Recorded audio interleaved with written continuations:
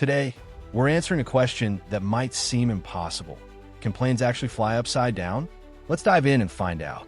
So, imagine you're sitting on the plane, and suddenly it feels like gravity has flipped. That's what many people think when they hear planes can fly upside down. But is this really true? And here's the surprising part. Yes, planes can fly upside down, but not exactly how you might picture it. When we say a plane can fly upside down, what we mean is that its wings can generate lift even when the plane is in an inverted position. Now, let's break it down with a simple analogy. Think of a paper airplane. When you throw it forward, gravity pulls it down. But what if you could design it so that no matter which way it points, it always flies smoothly? That's kind of like how an airplane works. Planes have wings shaped in a specific way called airfoils. These wings are designed to create lift by moving through the air, regardless of whether they're upside down or right side up. When you flip a plane on its back, it's still using these airfoils to generate that lift, but now the direction is different. It's like if your paper airplane could keep flying even when you throw it backward. The wings are doing their job of catching the air and pushing it down, creating lift in a new direction. So, while you might feel upside down during some maneuvers, the plane's design ensures that it can still fly safely and effectively in any orientation. Okay, so let's break this all down a bit. Why do planes fly in the first place? It's all about something called lift.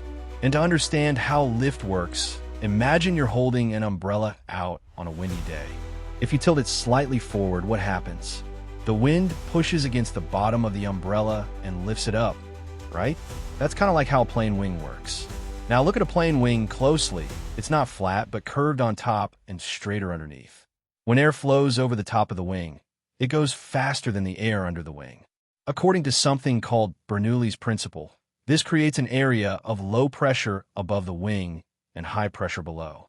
This pressure difference pushes the plane upwards, creating lift. But can planes generate this same kind of lift when they're flying upside down? The answer is yes. And here's the surprising part. A plane upside down is actually doing almost the exact opposite of what it does right side up. When you flip an airplane over and point its belly towards the sky, the whole wing setup just flips too. So if you were to hold that imaginary upside down umbrella, but this time you tilt it backward so the curved part faces the oncoming force, the air would still push against it in a way that creates lift. It's really not much different from what happens when a plane is flying normally. It's just doing an about face. Okay, so we've talked about how planes can stay in the air through something called lift. But what if the plane actually flips over? You know those exciting loop-the-loop maneuvers you see in aerobatic shows? Imagine that happening with a real airplane.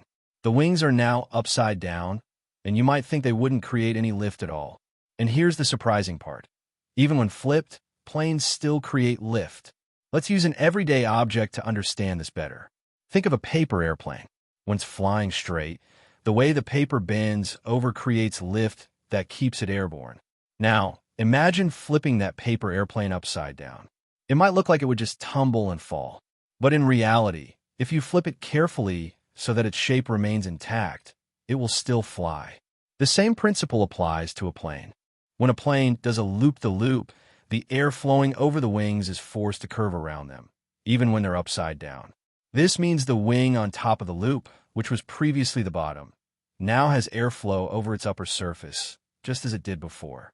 And because of Bernoulli's principle, where fast-moving air creates low pressure and slow-moving air creates high pressure, the wing still generates lift.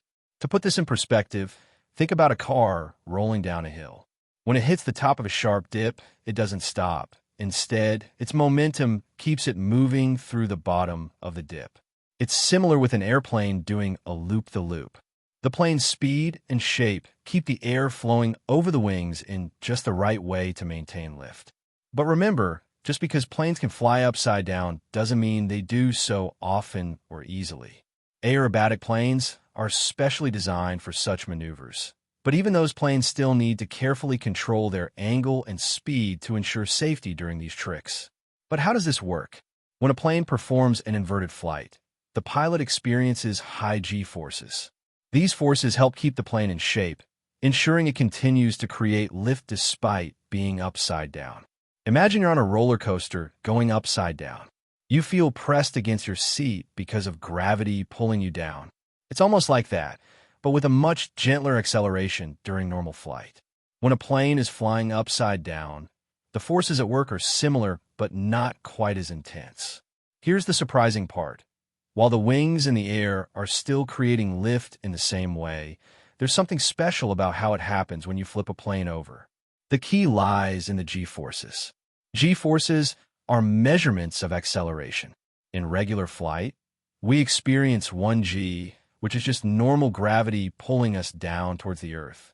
But during an inverted flight, the pilot and the plane can experience much higher G-forces, often between 2G to 4G.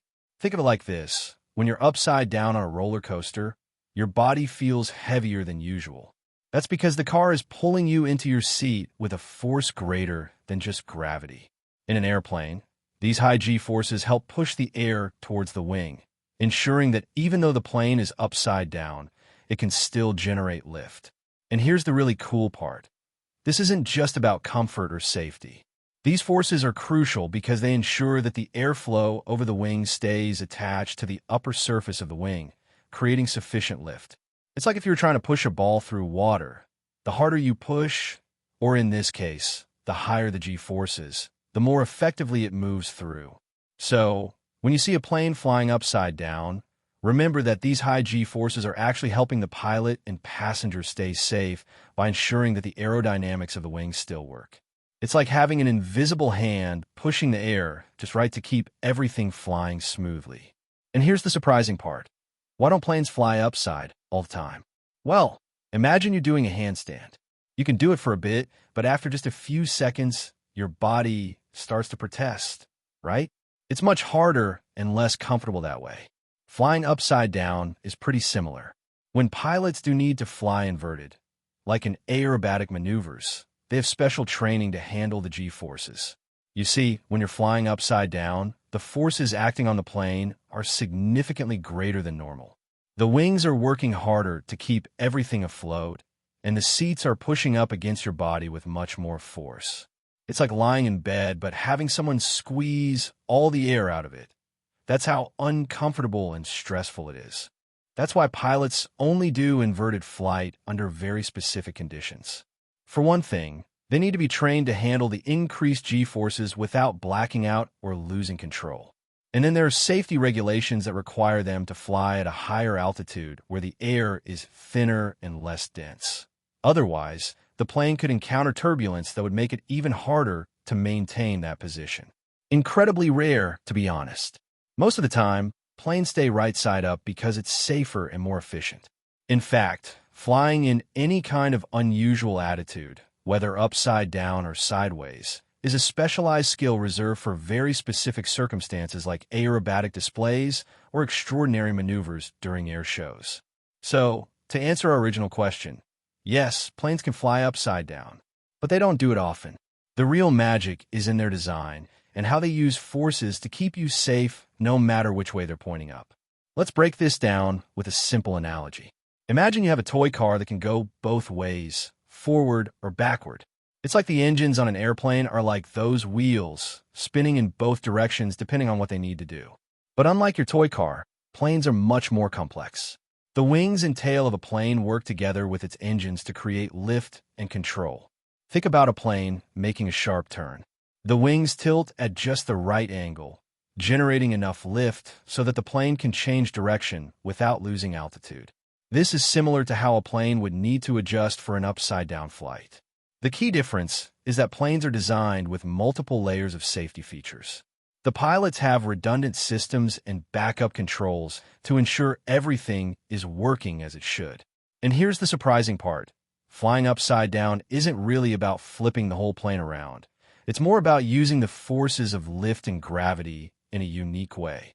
Planes can achieve this by banking at very high angles, much like you might make a sharp turn while driving a car on a racetrack.